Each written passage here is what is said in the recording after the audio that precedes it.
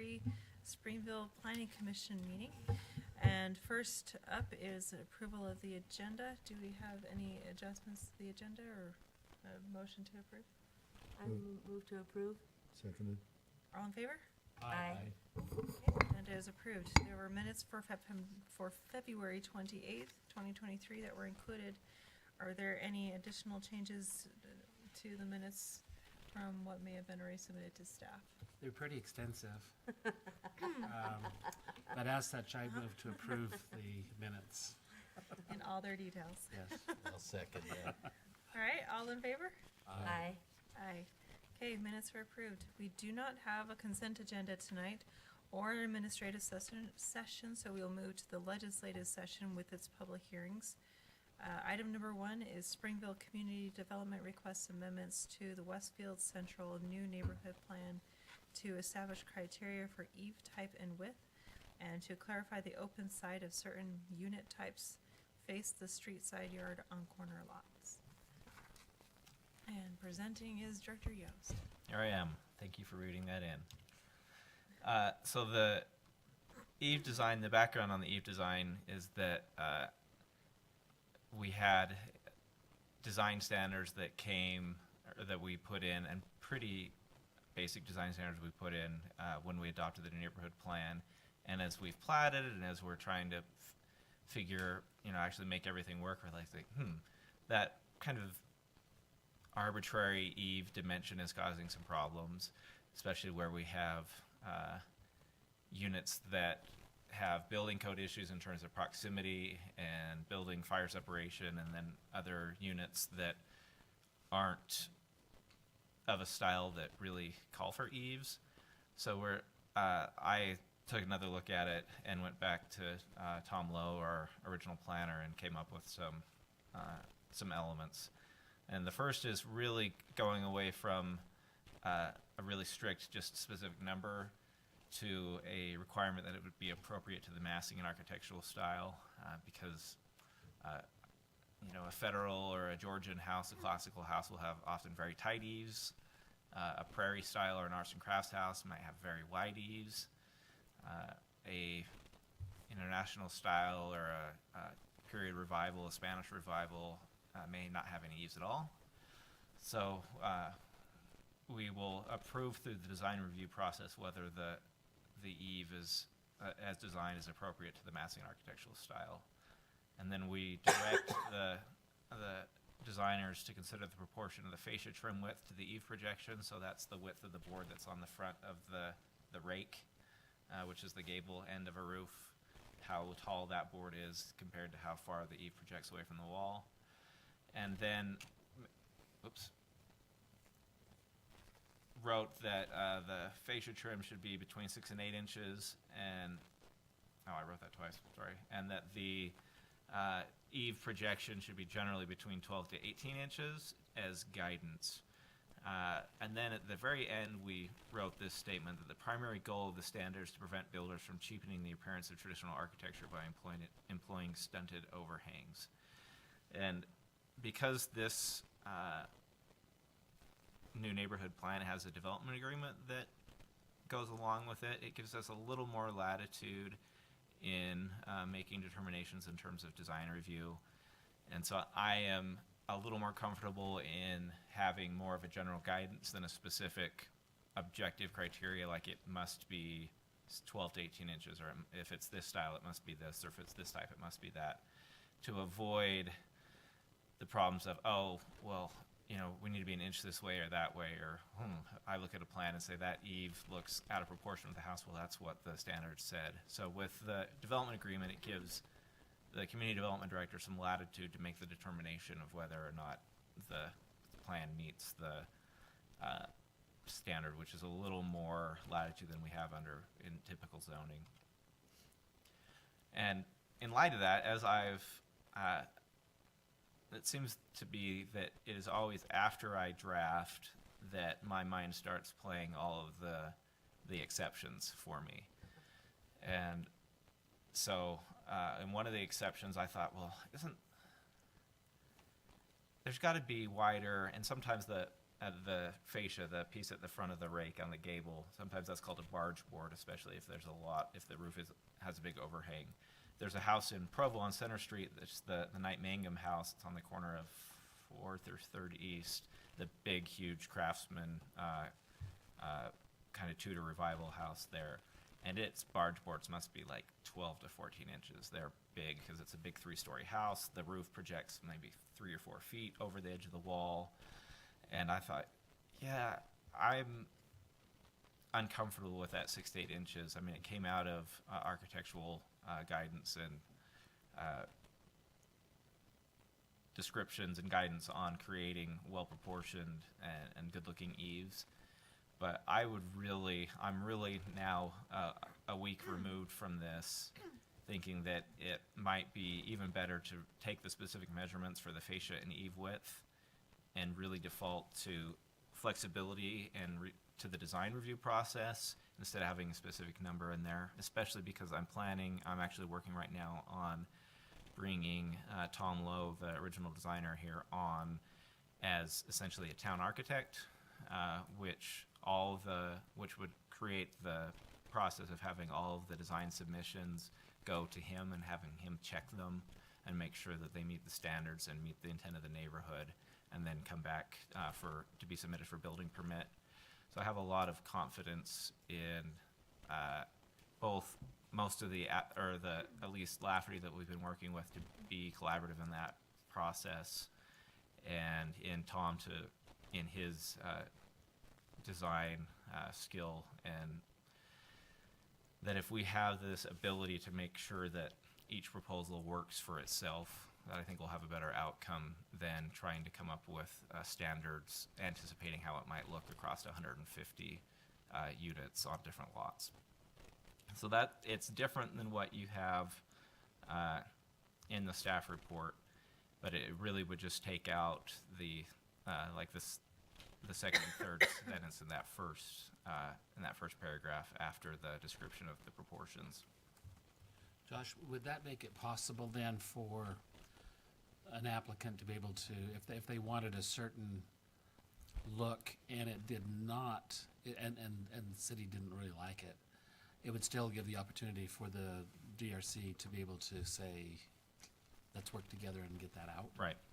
It still gives us the ability, because under the development agreement, the community development director has to sign off on the designs.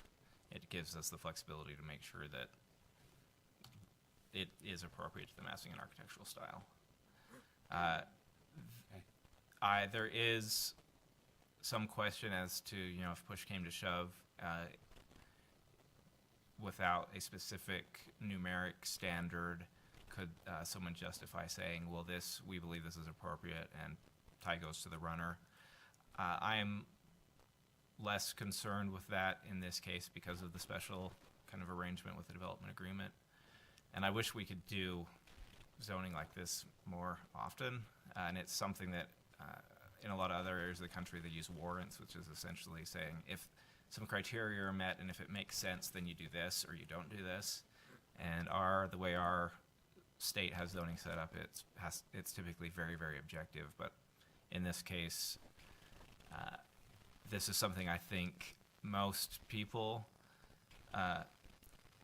especially if I listen to my wife and my mom, would say nobody's going to notice this. And I say, well, people will notice. And they say, nobody's going to notice.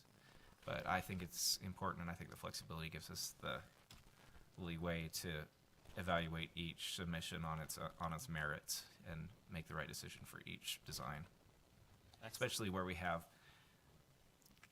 things like we only have the back setback is for the townhomes and the cottages is basically either more than 20 feet or less than a foot. You can't have much of an eave on the back of the house when it's a foot away from the property line.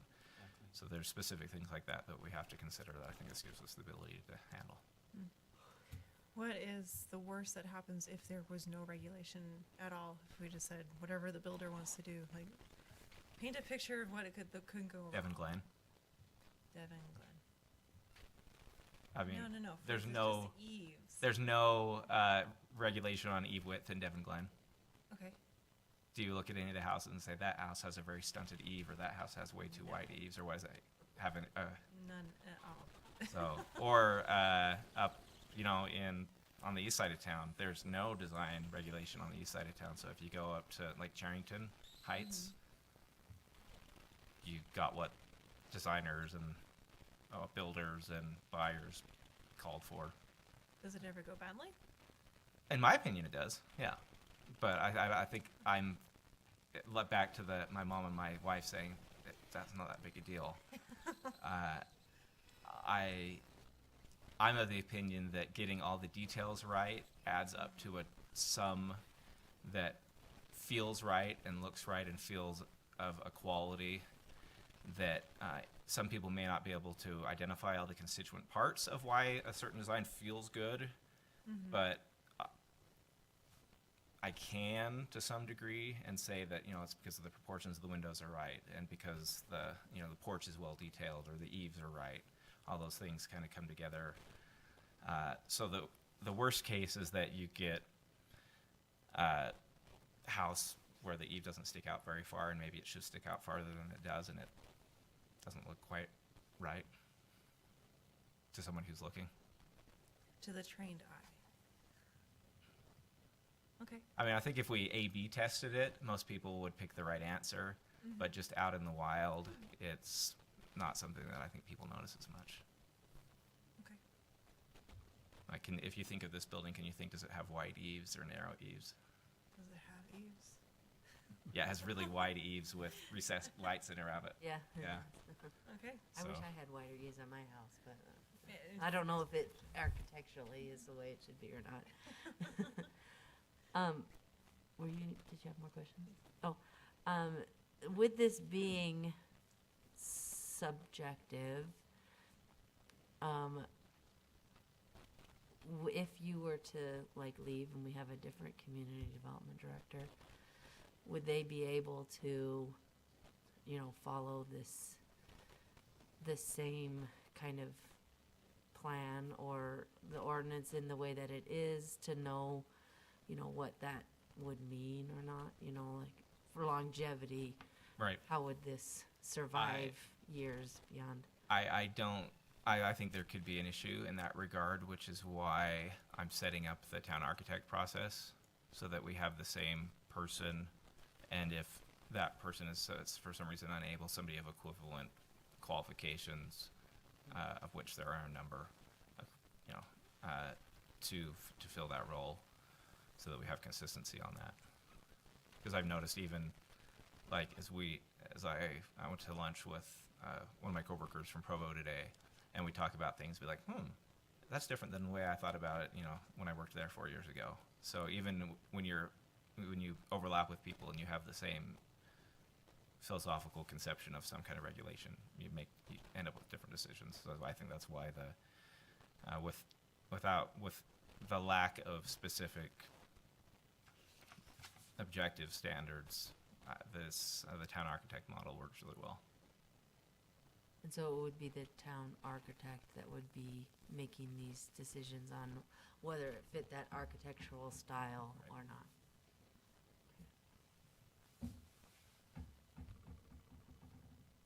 Any additional questions? And I don't know if we interrupted your presentation. Did you? No, give the I'm presentation? done. You're done with the eaves. For the second one, this was one that kind of just flashed into my mind as we were discussing the rear setback on the cottages previously, that was then withdrawn before it was heard at City Council. That this is one where Lakeside Landing has a requirement that where you have an open side like this, where the house has a notch in it, where you have a wing connecting to a rear lot, or you have an additional setback on one side, that's the side that faces the street on a corner lot, so that you have this relief and change in elevation and reduction in mass against the street. In Westfield Central, that's not something we had in there, and it's not something I had really thought or conceived of before working through Lakeside. And so as we were talking about that in that last meeting, I thought, man, this is something we need to do. But since that application was withdrawn, it never made it to City Council. So the element we asked you to add on didn't make it to City Council, so I've put it in here. Okay. And it's just that the open side faces if this was a corner lot, if that was a street over here on the left side of this drawing, that the open side faces the street on corner lots. Good call. Mm-hmm. Sorry, going back to the first element. Mhm. So in that first paragraph with the changes, you're wanting to take out the shall be set between 6 and 8 inches. And then I'm assuming generally between 12 to 18 inches. Would you also want to remove the avoid gable ends that are over 8-inch wide, especially when the eave overhang is less than 12? That's, I think striking all that would be, Striking that as well. yeah.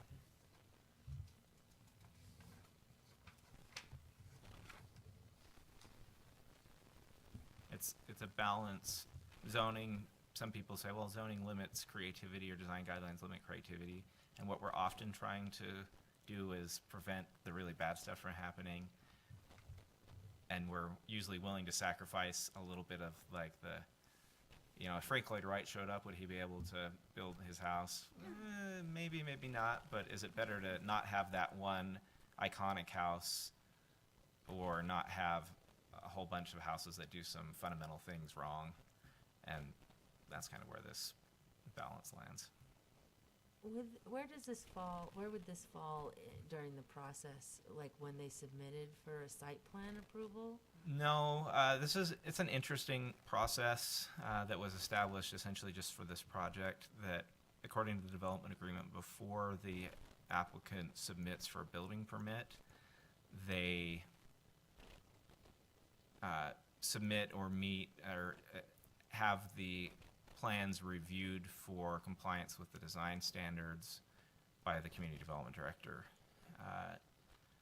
So that happens before they submit for building permit. Because once they submit for building permit, our review clock starts, and we only have, a certain number of days to turn those plans around under state law. So with this, would they have already put like a significant amount of money into getting the architectural plans made that they might then, if it's said, oh, well, your eaves aren't wide enough, then they would have to go back and redesign the roof? It depends on The how financial burden is. how far they've gone in the design process. I've been willing, and we've tried to, and are doing a better job at providing good iterative feedback throughout the process, to the point where once we actually get to some elevations that are submitted, they're not construction drawings, they're not a permit set, but just elevations and usually a floor plan, that we're relatively close, and that it's, what would you say, it's incremental from there. But if for some reason an applicant decided to do, like either bring in a stock plan that had full construction drawings or go to the expense of doing the full construction drawings before they submitted for design review, there may be some changes that incur design time. And Lafferty Communities has incurred a substantial amount of design time down, kind of dead ends in some cases, to have to make some pretty substantial changes.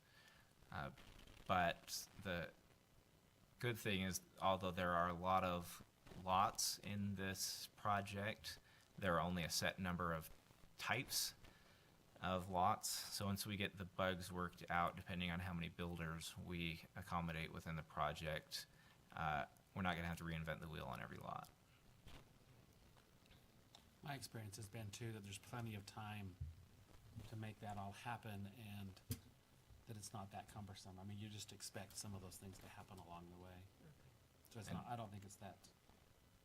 And we want to be responsive and make it happen, and particularly today, we're eager to get people moving. In permits, we're really slow, and we've got a whole subdivision sitting out there with nice roads just waiting for some construction. But I think it's, once we get in the swing of things, it won't be a substantial burden. I don't have any further questions. Okay. Any other questions? All right. Then I suppose we need to open the public hearing. Do we have a motion for the public hearing? I move to open the public hearing. Seconded. All in favor? Aye. Okay, public hearing is now open on this item. Is there anyone from the public who would like to address the commission on item number 1?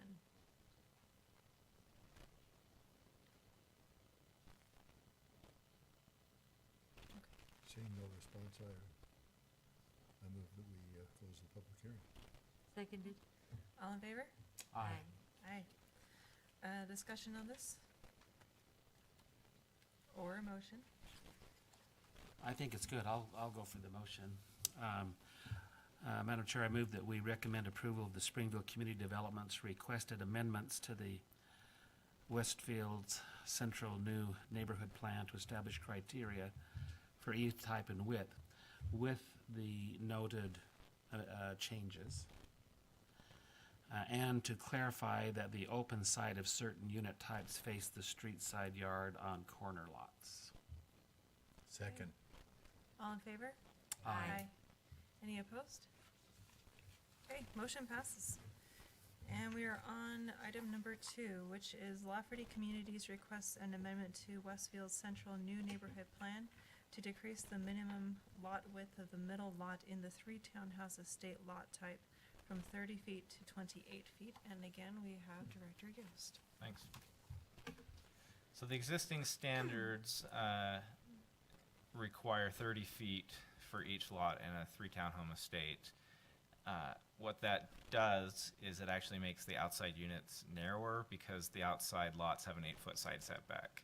So if you look on this diagram, each of these lots is 30 feet across, but this outside unit can be a maximum of 22 feet measured from the outside of the wall to the middle of the air gap between the units. The proposal on this is to drop the minimum lot width to 27.5 feet, in which if on a 3-townhome estate lot like this, the language reads that for each grouping of 3 lots, it would still require 90 feet across, but that the minimum lot individual size could be 27.5. So in this case, if you took the middle unit down to the minimum width, it would bring the middle unit to 27.5 feet and the outside units to 23.25 feet wide in the same building footprint. So, and especially in the 3-townhome estate units, they are intended to be designed as a large estate or a large home. So it doesn't look like 3 row homes next to each other. It looks like a large building that has 3 townhomes in it. And so at the end of the day, it should be imperceptible as to where the walls between the units are, and that's all this would affect. It doesn't affect the outside footprint of the unit at all. On the park under townhomes, there are groups of more of them than 3 together, so I didn't put a minimum overall width for how many there needs to be, and it would take like 14 of them. There might be, I just thought potentially worst case is, could somebody be concerned about this being replatted to gain a lot because we now made them a lot shorter? You'd have to have a row of 14 of them to get enough room to build another lot, and there's no place there's a row of 14 of them. And the maximum number of units and how many of each on a block is set in the regulating plan anyway. So all this does is allows them to just move the walls between the units around so that they make the best sense or accommodate their design. And this is really one that we're pretty neutral on, and we can understand the point, and we can also see that you can make it work this way too. But as there's really an imperceptible change to the 3 townhome estates and a minimal change to the park under townhomes, we recommend approval of that for that amendment. And these are the proposed changes. So the strike through is the 30 we'd remove, and then go to 27.5 per lot with 90 feet for each 3 lot group, and then just 27.5 feet for the park under townhomes. Just another step in the kind of ongoing process of refining and tailoring the code as it gets implemented.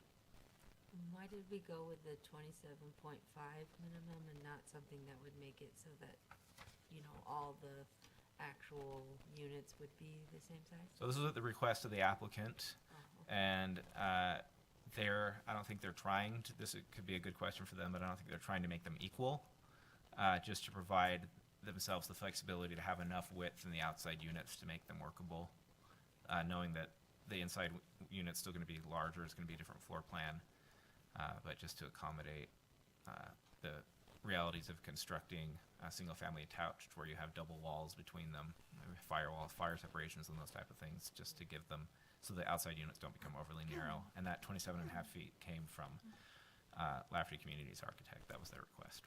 Okay. So they just need 1.25 on each side to accomplish that? And they actually, on most of the lots, don't even need that much. They are just giving a little bit of a hedge so we didn't end up back here again in a couple-week process for 6 inches. Okay. So the two outside lots previously were at 23.25? No, they were all at 30. 30. Oh, I see. So they were 20, which leaves 22 feet of building footprint. And then if you tighten up the inner one by 2.5 feet, it gives you an additional 1.25 at each outside lot. For each Building, outside for the building. I For, see. yeah, for the Okay, building unit, envelope. yeah. I understand it now. And it does actually give you a 1.25 in lot width too. Oh, yes, yeah, that's true too. But it doesn't change the footprint of the building at all.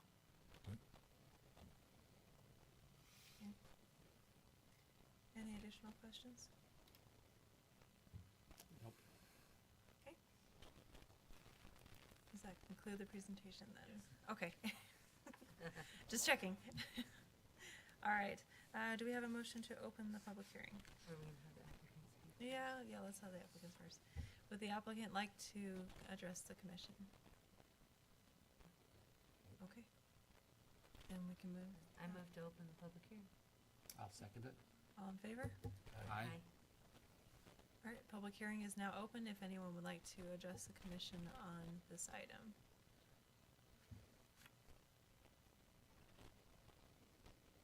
Seeing no response, I recommend that we close the public hearing.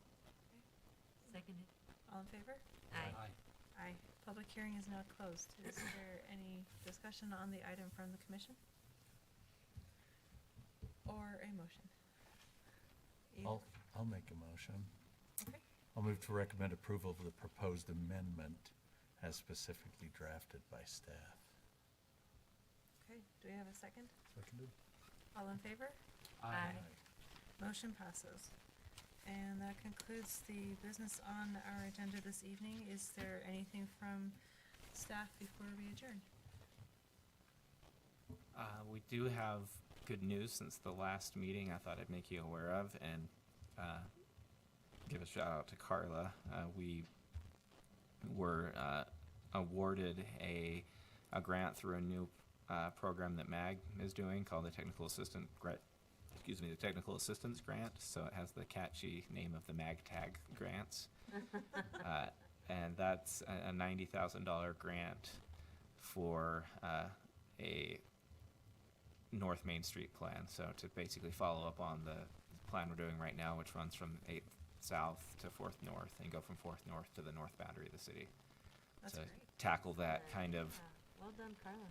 nebulousness that lives up there in the north end of town and figure out what the future looks like. So we got that grant, and we're excited to move forward on that next year, or next fiscal, starting at the beginning of the fiscal year. So July-ish. Yeah.